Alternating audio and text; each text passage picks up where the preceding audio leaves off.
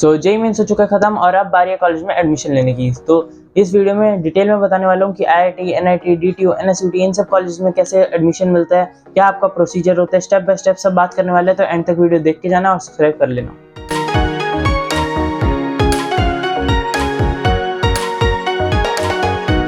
So hey everyone, my name is Athas Deva, first year IT student at Dell Technological University DTU। सबसे पहले आपको देना होता है जेईई मेंस। अब अगर आपकी अच्छी परसेंटाइल आई है, आप एडवांस के लिए क्वालिफाई होते हैं तो एडवांस दे दीजिए। अगर नहीं होते तो आप डायरेक्टली काउंसलिंग में बैठ जाइए। अब काउंसलिंग आपकी दो, जैसे ही बताया था, जैक और जोसा होती है। जो जोसा होती है उससे आपको मिलते हैं आईआईटी, एनआईटी, जीएफटीआई और ट्रिपल आईटी।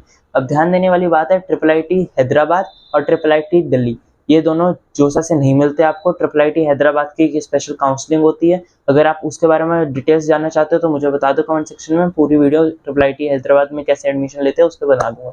जो जोसा काउंसलिंग होती है उसमें अगर आपने जेईई एडवांस दिया है तभी आपको आईआईटीज का ऑप्शन मिलेगा, यानी आईआईटी आप तभी जा सकते हो जब जेईई एडवांस दिया है। नहीं तो आप जेईई मेंस के रैंक से आपको एनआईटी, ट्रिपल आईटी इन सब में, बाकी सब में जा सकते हैं। जोसा की टेंटेटिव डेट्स आ चुकी है, 10 जून है। अब उसमें बेसिकली क्या होता है, जब आपका जेईई एडवांस हो जाता है उसके बाद रिजल्ट आने के बाद जोसा कभी भी स्टार्ट हो सकता है। अब उन्होंने 10 जून टेंटेटिव डेट से 2-3 दिन ऊपर नीचे हो सकता है। अब इसके बाद क्या करना पड़ता है, पहले आपको करना पड़ेगा रजिस्ट्रेशन। रजिस्ट्रेशन में क्या करना है, आपको जेईई मेंस का एप्लीकेशन नंबर डालना है, नया पासवर्ड जनरेट करना है और आपका रजिस्ट्रेशन हो गया। कोई आपको डॉक्यूमेंट दोबारा सबमिट नहीं करने, कुछ आपको और करने की जरूरत नहीं है।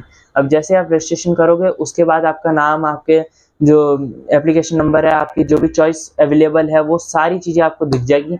अब आपको बड़े ध्यान से उसमें चॉइस फिलिंग करनी है।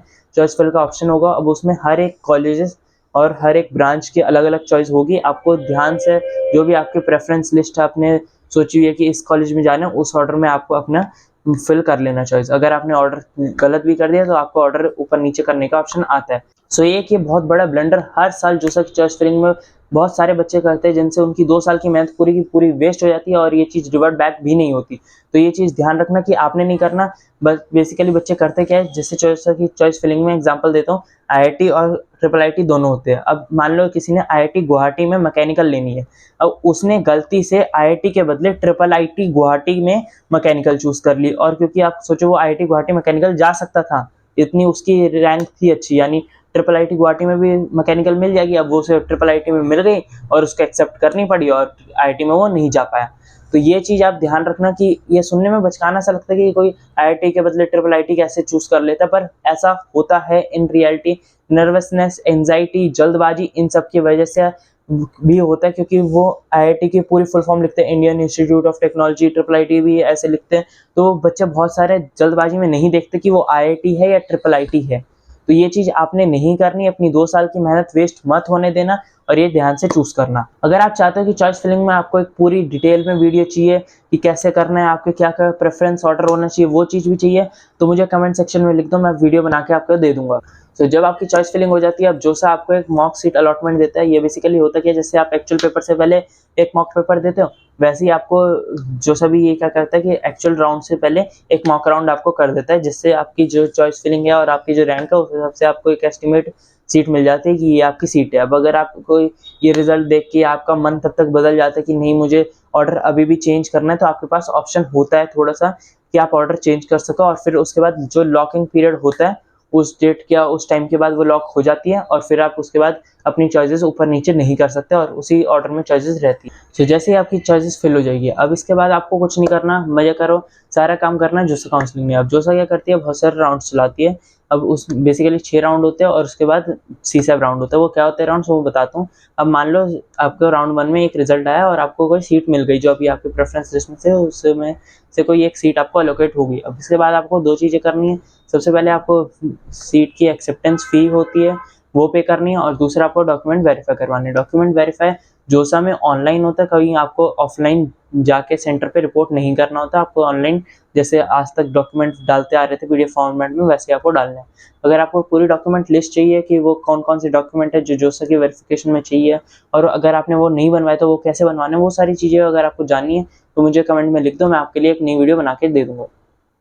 अब जब आपके ये दोनों काम हो जाते हैं, अब इसके बाद आपको क्या करना है, 3 ऑप्शन में से कोई एक सिलेक्ट करना है आगे की राउंड में चलने के लिए। अब 3 ऑप्शन क्या होते हैं, फ्रीज, फ्लोट, स्लाइड। अब सारे ऑप्शन बताता हूँ डिटेल में। फ्रीज में क्या होता है, जो आपको सीट मिल गई है आप उस सीट से खुश हैं और आप आगे राउंड्स में पार्टिसिपेट नहीं करना चाहते, यानी आपकी जो सीट मिल चुकी है आप उससे सेटिस्फाई और वो आप फाइनल आपका डिसीजन है, आपको कोई इससे अच्छी सीट्स, कोई भी नीचे वाली सीट कुछ नहीं चाहिए आपको, आपका काम हो चुका है, तभी आप फ्रीज करना। आई प्रेफर किसी भी कीमत में फ्रीज मत करना, कि अगर आप फ्रीज नहीं भी करोगे तब आपको वो मिल ही पड़ी है, फ्रीज करने की कोई ज़रूरत है नहीं। तो अगर आपको फिर भी चाहिए कि नहीं मेरे को फर्स्ट ऑप्शन है IIT बॉम्बे CS मिल चुकी है, तब आप फ्रीज कर सकते हो, नहीं तो आई रिकमेंड कि फ्रीज मत करो, फ्लोट पे रहने दो। फ्लोट पे क्या होता है कि आपको जो सीट मिल चुकी है, आपने ये दोनों चीज़ें कर ली, डॉक्यूमेंट वेरीफाई, सीट पे कर दी, फीस पे कर दी, अब इसके बाद आपको आगे प्रोसीड करना है काउंसलिंग में, और आपको और अच्छी चॉइसेस में अगर मिल सकती है तो वो आपको चाहिए। बेसिकली आप इसको ये सीट तो मिल गई, अब जो आपको प्रेफरेंस लिस्ट में है उससे अच्छी वाली मिल सकती है, नहीं तो यही रहेगी, नीचे वाली नहीं जाएगी बिल्कुल भी। ये मत मानना कि नहीं भैया नीचे वाली चली जाएगी मेरे को ये छूट जाएगी, ऐसा नहीं होता। आपको मिलेगी तो अच्छी वाली मिलेगी या फिर यही मिलेगी, नीचे वाली आपको नहीं मिलेगी। अब फ्लोट ये हो गया। अब स्लाइड में क्या होता है, स्लाइड सिमिलर टू फ्लोट होता है बट थोड़ा कॉम्प्लिकेटेड है, ध्यान से सुनना। अब मान लो फ्लोट में, स्लाइड में भी यही होता है कि ऊपर वाली मिलेगी, पर ऊपर वाली में से सिर्फ कुछ कुछ मिलेगी। वो कुछ कुछ कौन सी होती है, जो आपको सीट मिली आपको इसी कॉलेज में दूसरी ब्रांच में चाहिए, जो आपने प्रेफरेंस ऑर्डर लिखे हुए हैं उनमें से, मान लो आपने 5 ऊपर ऑर्डर लिखे हुए हैं, जैसे IIT Bombay CS, IIT Delhi CS, IIT Bombay electrical, IIT Delhi electrical, IIT Roorkee CS, फिर आपको IIT बॉम्बे मैकेनिकल, मान लो IIT बॉम्बे मैकेनिकल मिली। अब आप चाहते हो कि नहीं मुझे IIT बॉम्बे में ही कोई और ब्रांचेस चाहिए, जो मुझे ऊपर वाली जो प्रेफरेंस ऑर्डर है उसमें से सिर्फ मुझे IIT बॉम्बे वाली चीज़ें चाहिए, आपका मन बन गया बाद में सपोज, तब आपको स्लाइड करना है कि आपको जो भी ऊपर वाली ऑप्शन होगी, जैसे IIT बॉम्बे इलेक्ट्रिकल आपने चूज़ करी, IIT बॉम्बे CS चूज़ करी, तो इन दोनों में से अगर कुछ मिल सकता है तो मिल जाएगा, अगर आपने IIT दिल्ली चूज़ करा है तब आपको वो नहीं मिलेगा। तो सबसे बेटर होता है फ्लोट चूज़ करना, क्योंकि आपको ऊपर की सारी ऑप्शन मिल जाएगी। आई होप मैंने क्लियर कर दिया फ्रीज, फ्लोट और स्लाइड। अगर अभी भी नहीं क्लियर हो तो मुझे बता दो, मैं शॉर्ट बना दूँ यार।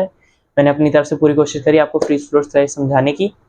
अब जब आप ये कर दोगे उसके बाद आपको कुछ नहीं करना, ऐसे ही बाकी राउंड्स में देखते रहो, आपका कुछ और अच्छा मिल सकता है तो वो मिल जाएगा, नीचे नहीं जाता कभी भी, वो अच्छी चीज़ ही मिल सकती है या फिर सेम ही रहेगा। अब आपको जो बेस्ट मिल सकता है वो 6 राउंड के बाद मिल जाएगा। अब इसके बाद अगर आपको तब भी कुछ नहीं मिलता है तब आपके C7 राउंड्स होते हैं, नहीं तो आपको जो भी मिल गया वो एक्सेप्ट कर लो और बढ़िया अपना एंजॉय करो और कुछ नहीं करना आपने। C7 राउंड क्या होता है, C7 में IITs नहीं मिल सकते, बाकी NIT, ट्रिपल IT ये सब मिल जाते हैं।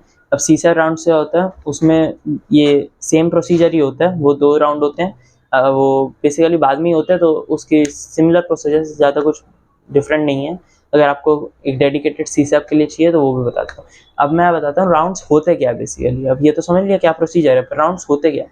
राउंड्स क्या होते हैं, जैसे अब आपने देखा कि राउंड 1 हुआ, राउंड 2 हुआ, ऐसे हुआ। अब आपको पॉसिबिलिटी क्यों हुई कि आपको अच्छी सीट मिल सकती है, पॉसिबिलिटी इसलिए हुई कि जो आपके अच्छे, जो वो सीट लेके बैठे थे अच्छे रैंक वाले बच्चे, अब उन्होंने बाय चांस सीट छोड़ दी। अब क्यों छोड़ दी, या तो उनके जो डॉक्यूमेंट वेरीफाई हुआ है वो गलत निकले कि हाँ आपका जो कोई डॉक्यूमेंट है वो सही नहीं है इसलिए आपके वो सीट छूट गई, या फिर आपने जो सीट एक्सेप्टेंस फी थी उन बच्चों ने वो नहीं भरी, या फिर हो सकता है उन्होंने डेलिबरेटली जानबूझ के छोड़ी हो कि आपको किसी उन बच्चों को किसी और कॉलेज में अच्छी ब्रांच मिली हो, या उनके कोई और प्रेफरेंस हो, उनको वो चाहिए हो, इसलिए आपकी वो सीट छूट गई। अब क्या होता है, खासकर फर्स्ट राउंड में जो आपको सीट मिलती है, अब बहुत सारे बच्चे फी पे नहीं करते या फिर डॉक्यूमेंट वेरीफाई नहीं करते या फिर ऐसे छोड़ के चले जाते हैं, तो वो सीट खाली हो जाती है, और वो जो सीट खाली हो गई वो आपको मिल सकती है, इसलिए वो हर राउंड में ऊपर जाने का ऑप्शन होते हैं। समझ गए, राउंड बेसिकली होते हैं। सो 2-3 इंपॉर्टेंट बात बता देता हूँ कि आपने क्या चीज़ें नहीं करनी या क्या चीज़ें करनी है ध्यान से, जो सा काउंसलिंग के लिए ये चीज़ ध्यान से सुन लेना। जो जैसे आप रजिस्ट्रेशन करोगे उसके बाद आपको मिलेगा होम स्टेट। आपकी होम स्टेट आपकी ये वो नहीं जहाँ आप रहते थे, वो चीज़ नहीं होती होम स्टेट। होम स्टेट वो होती है वो स्टेट जहाँ से आपने क्लास 12th पास करी है। वो क्यों चाहिए होती है, ताकि आपके NIT में जैसे रिजर्वेशन होता है 50% आपके जो होती है सीट्स वो रिजर्व होती है NIT में होम स्टेट के लिए, तो अगर आपने उसी स्टेट से पास करी है जहाँ NIT है तो आपको वो रिजर्वेशन मिल सकती है, इसलिए ध्यान से अपना चॉइस फिल करना। चॉइस के वैसे तो आपको मिली होगी कि होम स्टेट आपकी ये है, फिर भी आपके पास एडिट करने का ऑप्शन होगा, इसलिए अपनी वो वाली एडिट करके देख लेना कि वो चीज़ आपको होम स्टेट डली हो जहाँ से आपने क्लास 12th की पास करी है। और अगर आप गलत करोगे तो ऑब्वियसली जब आपकी डॉक्यूमेंट वेरीफाई होगा तब आपको पकड़ लिया जाएगा कि हाँ आपने गलत चॉइस फिल करी है। इसलिए अपना देख लेना कि आपके सारी डिटेल सही है, और वो खासकर होम स्टेट वाली डिटेल सही है। फिर बता रहा हूँ, होम स्टेट वो नहीं जहाँ से आप बर्थ लिए या फिर जहाँ आप रहते थे, वो नहीं। होम स्टेट वो होती है जहाँ से आपने क्लास 12 की पास आउट करे हो, यानी क्लास 12 का बोर्ड उस स्टेट से दिया है। अब दूसरी चीज़, लॉक। अब लॉक क्या होता है? जैसे आपने चॉइस लॉक करी, मैंने बताया कि आपको चॉइस लॉक करने का ऑप्शन होगा। अगर आपने किसी भी समय लॉक कर ली पहले, तो आप वो जो आपके प्रेफरेंस लिस्ट है वो आप चेंज नहीं कर सकते। इसलिए आई प्रेफर किसी भी कीमत पे लॉक मत करो अपने आप। अगर आप डर रहे हो कि नहीं भैया वो लॉक नहीं होगी, वो रह जाएगी या कुछ एरर आ जाएगा, ऐसा नहीं होता। जो आपने लास्ट चॉइस फिल होती है, जो आपकी लास्ट आपने जैसे प्रेफरेंस ऑर्डर छोड़ी है, वो ऑटोमेटिक लॉक हो जाएगी। एक लॉकिंग पीरियड होता है। जो अच्छी चीज़ मिल सकती थी वो भी नहीं मिलेगी। फ्री सिर्फ उसी केस में होता है जब आपकी फर्स्ट प्रेफरेंस ऑर्डर आपको मिल जाती है, यानी आपको और कुछ अच्छा मिलने की उम्मीद ही नहीं है। वो आपको जो बेस्ट मिल सकता था, जो आप बेस्ट चाहते थे, वो आपको मिल चुका है, तभी फ्रीज होता है। नहीं तो बाकी सारे केस में फ्लोट या स्लाइड ही होता है। ठीक है, मैं फिर बता रहा हूँ। एक तो आईआईटी ट्रिपल आईटी वाली मिस्टेक मत करना, जो मैंने बताया वो किसी भी कीमत पे रिवर्ट बैक नहीं होती और सारे 2 साल की मेहनत वेस्ट हो जाती है। लॉक वाली चीज़ भी रिवर्ट बैक नहीं होती, फ्रीज वाली चीज़ भी रिवर्ट बैक नहीं होती। इसलिए ये थोड़ा जो प्रोसीजर है वो ध्यान से करना, क्योंकि एक गलती वो बिल्कुल भी सुधारने का मौका नहीं मिलता। जैसे कि जेईई मेंस में आपको मिल जाता था कि आप अपना जो भी करेक्शन विंडो होती थी वो मिल जाती थी, इसमें नहीं होता कुछ भी करेक्शन विंडो का स्कोप। ठीक है, सो जोसा के लिए यही सब था। जैक दली के लिए एक नई वीडियो बनाऊंगा, उसमें सारा प्रोसीजर समझाने वाला हूँ। जैक दली के लिए क्या क्या चेंजेस होते हैं, सिमिलर टू जोसा ही है पर कुछ कुछ चेंजेस है, वो देख लेना। और आपके लिए भी, या आप चाहे DTU आओ चाहे किसी भी कॉलेज जाओ, आपके लिए बहुत सारी चीज़ें डलने वाली है इस चैनल पे। बहुत सारे आपके हॉस्टल टूर, ये मेस टूर, और बेसिकली बहुत सारी चीज़ें आपके ब्रांच वाइज और बहुत कुछ डलने वाला है। तो लाइक कर दो, सब्सक्राइब कर दो, चैनल पे बने रहो, और till then be safe, keep preparing and achieve your goals.